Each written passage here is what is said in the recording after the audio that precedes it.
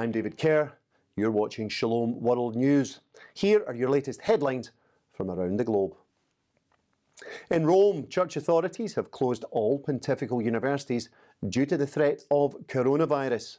The move follows advice from the Italian government. The closures will stay in effect until at least the 15th of March. Many seminarians studying in the Eternal City, though, including from the United States, have already departed Rome.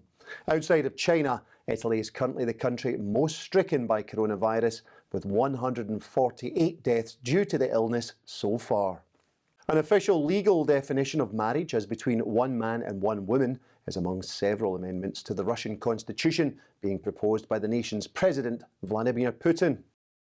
The lower house of Russia's parliament, the Duma, will vote on the president's proposed amendments this month ahead of a potential public vote in April. The proposal would also have to be approved by Russia's constitutional court. At present, neither same-sex marriage nor same-sex civil unions are legal in Russia. In Nigeria, a Catholic priest who was abducted after offering Holy Mass on Sunday has been released by his captors.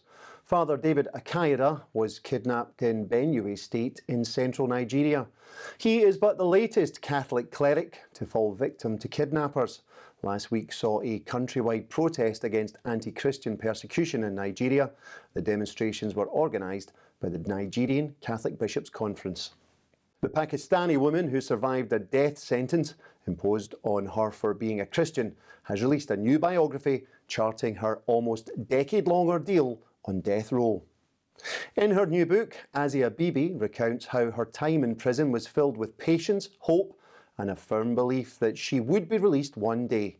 She also recalls how at her baptism, the priest had predicted to her parents that the young Asia would be tested one day by God.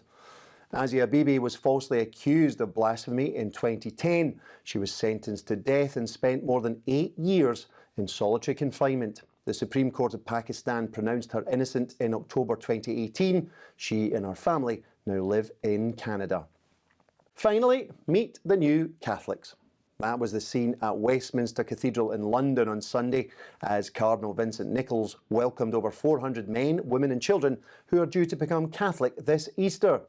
Gathered for what is known as the rite of election, those assembled consisted of two groups, 198 non-baptised, known as catechumens, and 202 others who are already baptised but are not yet in full communion with the Catholic Church. They are known as candidates.